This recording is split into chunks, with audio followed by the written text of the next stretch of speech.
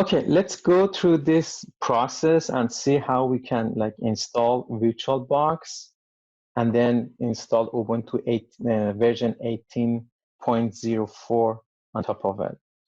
So here in the assignment, I provide you a link for the tutorial that explains how to install VirtualBox and then install Ubuntu on top of it.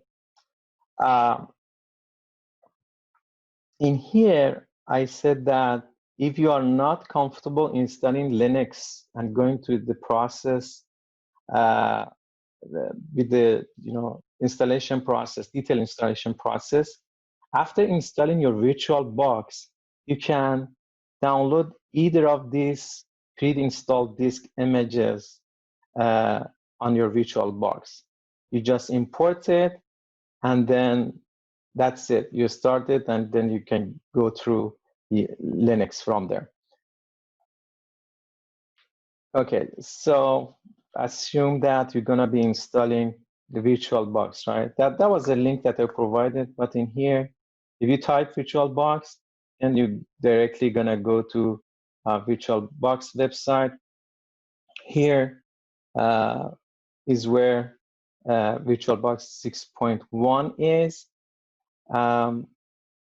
Then you can download. You can click on this and start downloading the software.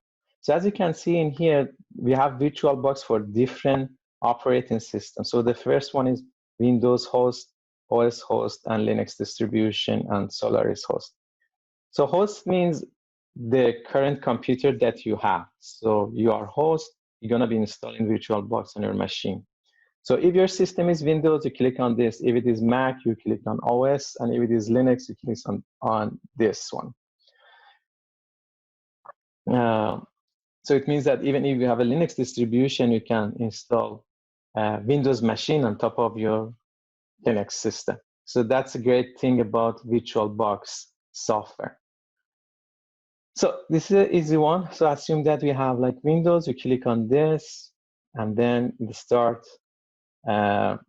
downloading the execution file for it. You just put it in download folder, and then you double click on it, and then after a few clicks, the download, the installation process is going to be completed. You just, for the options that it provides to you, just choose the presetting and default option. You don't need to choose anything specific for the VirtualBox. It's very easy installation process for VirtualBox. As for the Linux, right? So I'm recommending this disk image. The first disk image is good. It's from OS Boxes. This is a website that provides a lot of pre-installed disk image for different Linux distributions. But you can also use this one, which is, we created this for this course. But in case you guys are interested in different version of like Ubuntu, other Linux distribution, all of them are available in this website. But for simplicity, you just can click on this. It is linked to our Dropbox folder, and then you click download, and you give it a location on your desktop. Just make sure that you know where it is, because you need to know that location when you import the file. All right. So I have downloaded this file before, and it is available on my machine. Now, let me go to this, my VirtualBox window, or my VirtualBox manager. So this is my VirtualBox. As you can see from here, I have different virtual machine installed on this VirtualBox. I have Ubuntu here. I guess that's version 19. I have Metasploit machine. I use this one for hacking purposes, actually teaching ethical hacking, not hacking as a crime. Here I have Windows 7, Windows XP, Kali Linux, and different version of Linux. And then I have Ubuntu Comp 162 installing here.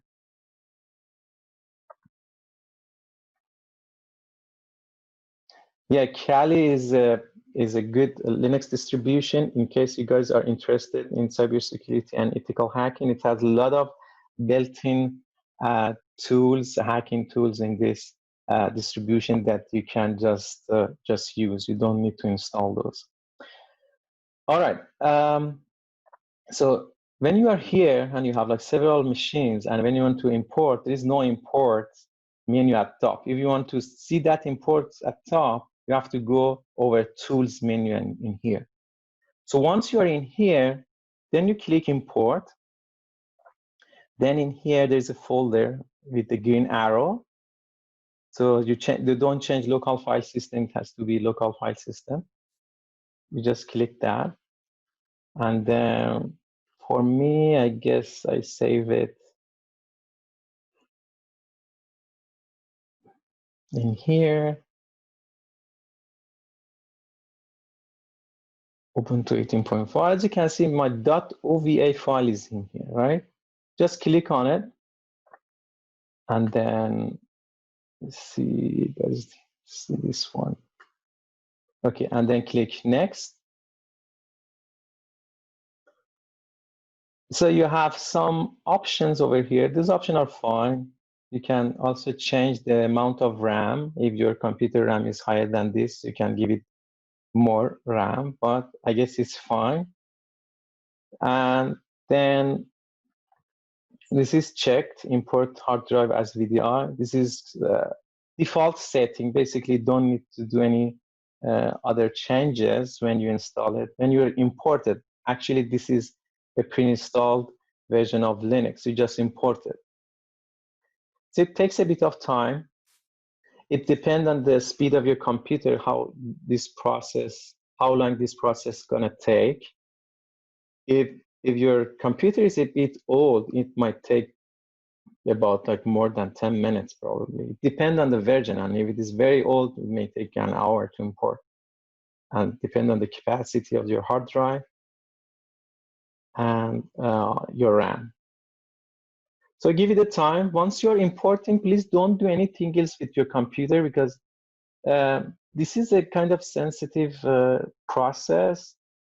If you're doing something else, something else with your computer at the same time, sometimes it's gonna mess up. All right, so we're done. So we imported this and we are done. We just click Start. There are some options here. You don't need to change any of those options. Just say Start. So we start our Linux machine. So as you can see in here,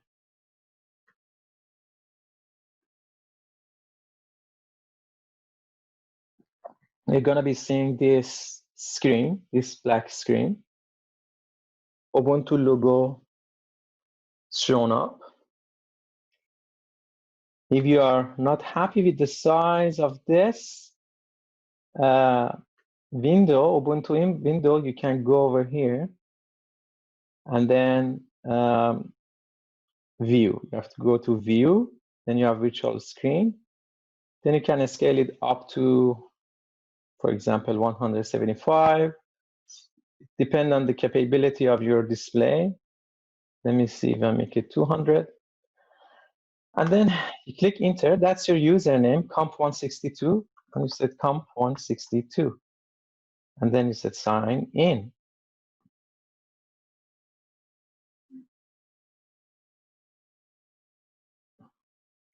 So give it a bit of time to settle down.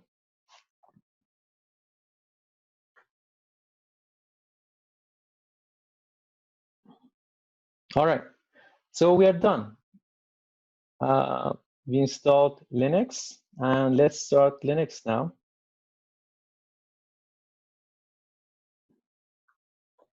Okay, this is just the list command. You're gonna check where you are. You say pwd, current directory, path. It stands for path working directory. It tells you where you are on your Linux machine. So I'm here at this folder. Then you list what you have in this folder. So I have this in my folder. And then what else? That's pretty much it. And let's now talk about Vim editor. So you can use any Vim editor that you're comfortable with once you are in this Linux environment. But in my previous courses, I recommend students to start working with Vim because this is something that used professionally in industry. If you make yourself comfortable with this, it's going to can be considered as a skill set for you guys. So I'm going to create a file, just vim hello.c. Okay. So as you can see here, it tells me that just listen to the messages you are getting from your machine. Command vim not found. What can be installed with this? So these are the options. It says that this command is not available, but if you want to make it work, you need to install it. So it says how to install it. So you say sudo apt install vim, and it asks me for the password. Okay, could not get this. So you see that I said install this vim, but it says that it cannot get the package. It might have two reasons that cannot get the package. Either you're not connected to internet, or your package depository is not updated. What you can do to check whether you're connected to internet, you just ping Google. Okay, as you can see here, we are pinging Google and Google is responding to us. So we are good in that regard. If it's not connected to internet, it's gonna say that Google is not reachable or it's not known. But since we are sending some packets, we have sent 8 packets and we received 8 packets, 0 packet loss. It means that our network is fine. Then we need to update our application packet repository. So this is sudo apt update. So it's going to update the packages for Linux for us. So let's try this time installation of Vim. Okay, it says that this one. Let's try this machine. Okay.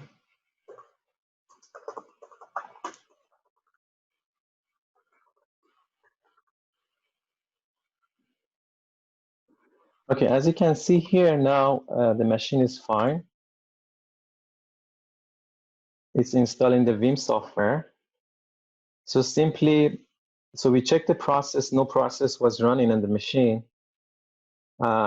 So that didn't fix the problem. We just reboot the machine to make sure that if there is anything in its cache that implies that the process is running, that goes away.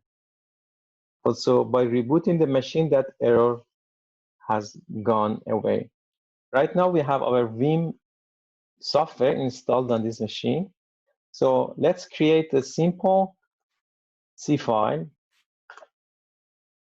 and try to run it, right? Okay. So when you are in this environment, right? So right now, when you try to type anything, if you are not in the insert mode, you see that this here is insert, right? If you are in insert mode, you can write. But if you are not in insert mode, you cannot write. So the first time that I enter to Vim editor is like this.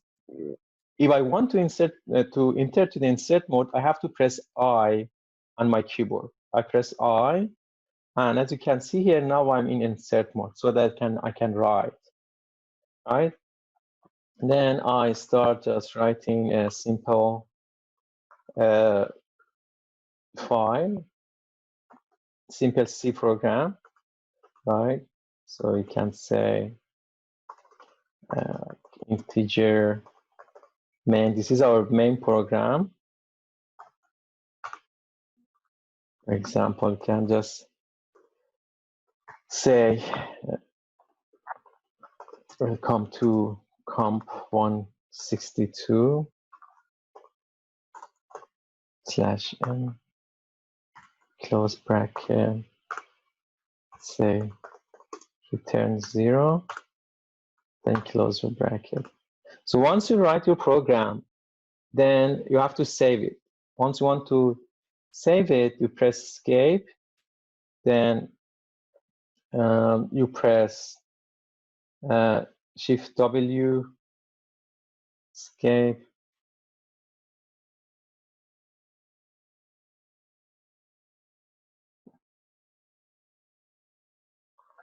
Okay, let's insert more. W, Q, and exclamation. So since I'm doing this like automatically when I wanted to explain it, I can't because I just do it. So once when you want to do it, you press escape and then colon and then W and Q and then exclamation to vary and then enter.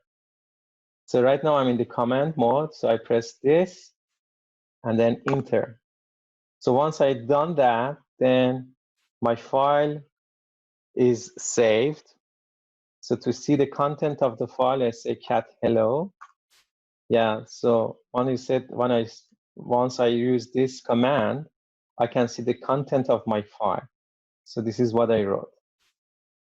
Okay. As you can see here, is there anything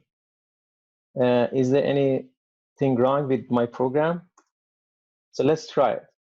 Let's try to see if it compiles. To compile the program, you say just GCC, the name of your file, which for me is hello.c,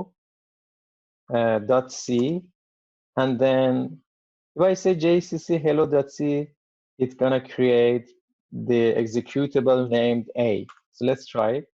It doesn't create the executable, so it's complain saying that, okay, at this line, probably line 7, it's expected a semicolon and a bracket, something like this, before this bracket in here. So it's expected a semicolon there. Let's go and fix that. Okay, I came in here, right? Then I put semicolon in here. Okay, one thing else that you guys may need to use when you write your program is setting number, right? So in my error message, it says that at line 6. So if I say set number and enter, I can just give line numbers to my program. So now I take a look at line 6 and I see that, okay, yes, semicolon was missing in here. Now again, I press escape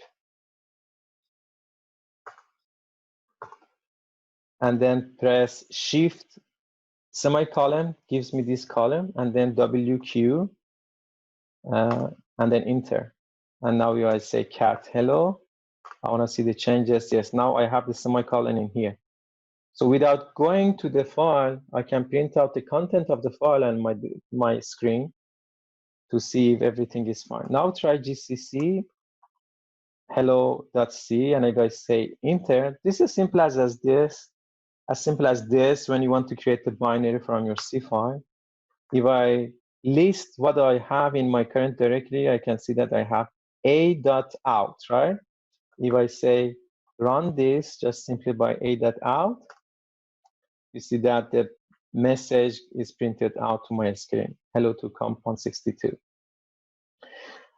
If I want to give a different name for my executable, I can use the -o option and say, okay, create the executable for me and give the name hello.out.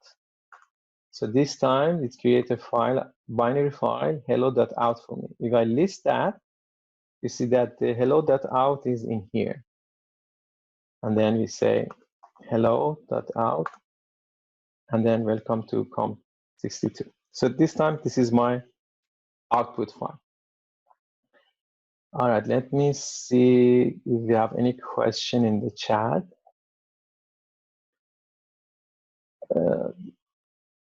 Okay. Rihanna, this question is regarding what? Can you explain? I see your question in the chat. You ended up answering it. You repeated what to do. I got it. Thank you. Okay, no problem. All right, that's about it. So if you want to exit your Linux box, you type just exit. And if you want to get update, you can install the update, but I don't want to get update now. And then if you want to exit close your Linux machine, there is a cross sign at the top. I guess you guys cannot see it. On the top corner over here, there's a cross sign. I just close that, so I get this one. Power off the machine, I say okay.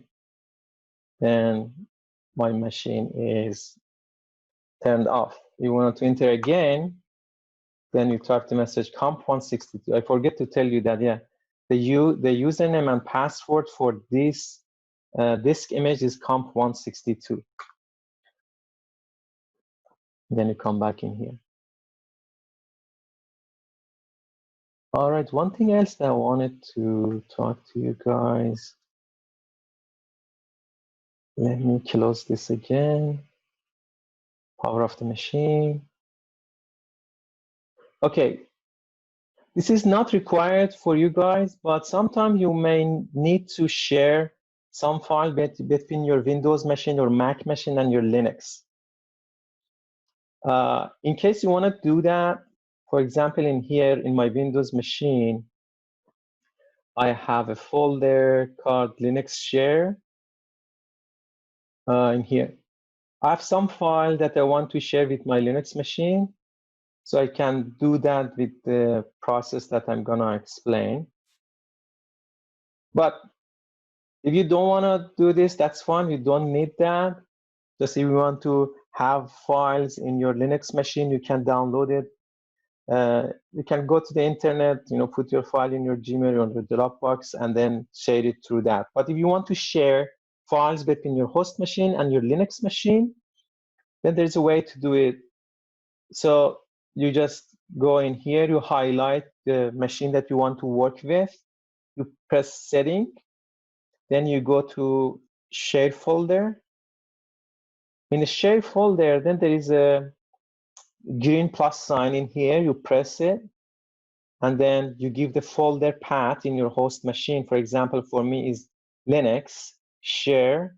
So I'm gonna go there to my courses, and then I have Linux share folder. Yes, that's the folder that I want to share.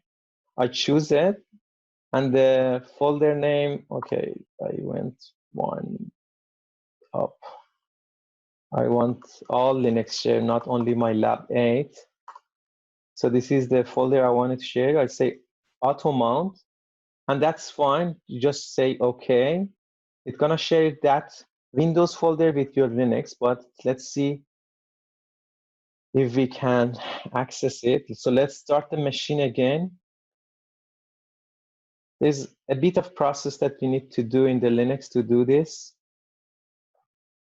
So Linux is gonna start. We're gonna finish this topic in a few minutes. In case you guys have something else to do, just bear with me for two more minutes. We're kind of done. Meantime, any of you have any questions?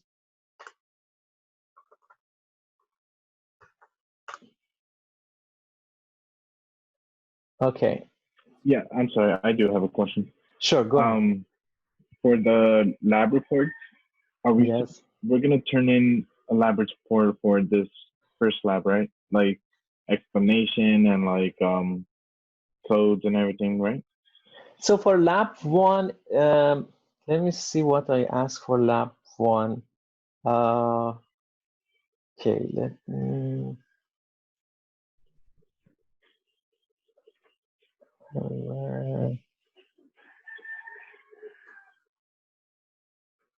Okay.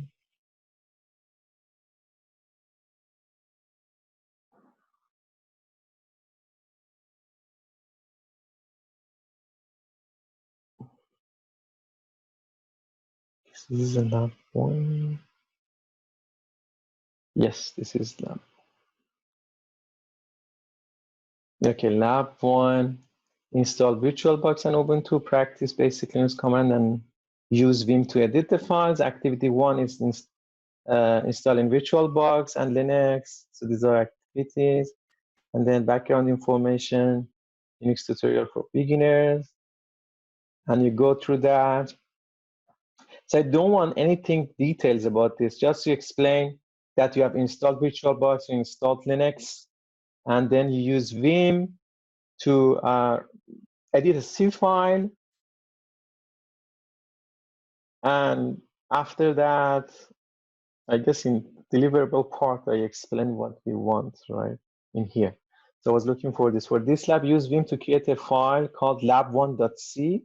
Write an arbitrary simple C program using Vim, such as adding 2 integer numbers in this file and upload it in Canvas along with your lab report, that file. So basically, you need to create this lab1.c file with Vim software, and then upload this with your lab report doc file. Could be docx file. So you say lab report.doc file.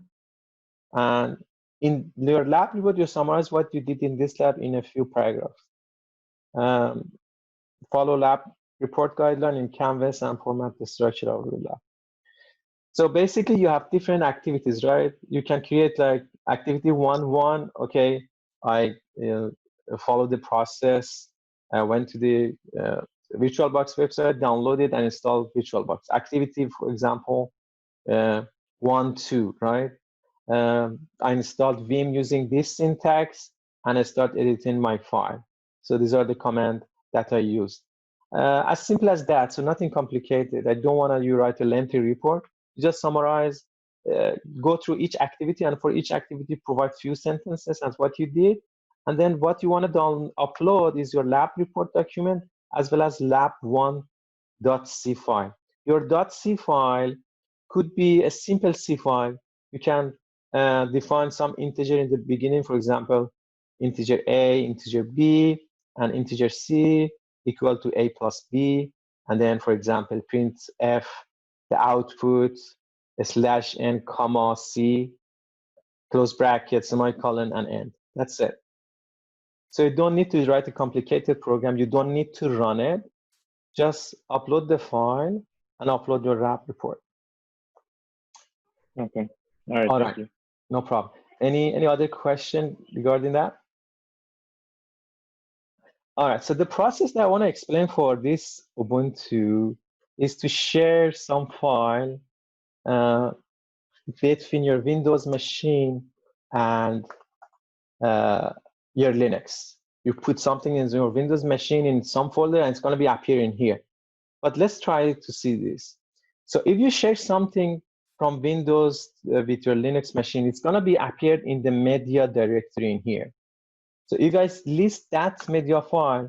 There's nothing in here right now. We did some setting on VirtualBox, but still we need to do something else. What we need to do? Okay, we come over here. We click on device. We insert guest addition disk. Hopefully it's going to show up. Yes, show up. Now you say run. You give it a password. So it's going to install this package for you. So this package made it possible to transfer file between your host machine and your Linux machine. If you don't want to do this, that's perfectly fine. You can just transfer your file through VirtualBox or through internet to your box. So some of you may not know. So it's not possible to drag a file from your Windows machine and put it in this screen in your Linux box, because basically these are two separated systems. You cannot drag and drop from from the host machine to your Linux machine. If you want to do that, you have to either share it, or you can just put it in your email or in your Dropbox and then access it through your Linux box. For example, when you write your C file, right? The easy way is to just write it there, save it in your Linux box, and then open your MyCI and basically just upload it into Canvas from there. Okay, so process is finished. You just press to exit. We press to exit, and then let's try to see if the share folder is here. Yeah, now the share folder has been created, SF Linux share. You know that in Linux, in Windows environment, the name of the folder was Linux share. And here it added that SF underscore. So it means share folder Linux share. So that's about it. So if you click on that, it says permission denied. Then you need to add user comp162 to VirtualBox share folder. Only root may have, okay. So we are not belong to that user group now. So we have to add this user to the share folder in order to be able to access that. Now using this command, I done that. So now we are belong to that category, but I have to exit from this in order to changes to take place. You know that, like right now, share folder is created in here. If this time we say, so if this time we cannot access it, then we have to reboot our machine to for our changes to apply. So now it doesn't accept the changes. There's a command that updates immediately when you create a group. I forget the command. So you can just type it in here and update your group sharing. But the other way is to reboot the system to see the changes. If we close this one and we come back, and then we can access all the file within this share folder. Just try it. But as I said, this is optional. If you want to do it, it's just tools that let you to share document between your host machine and your Linux machine.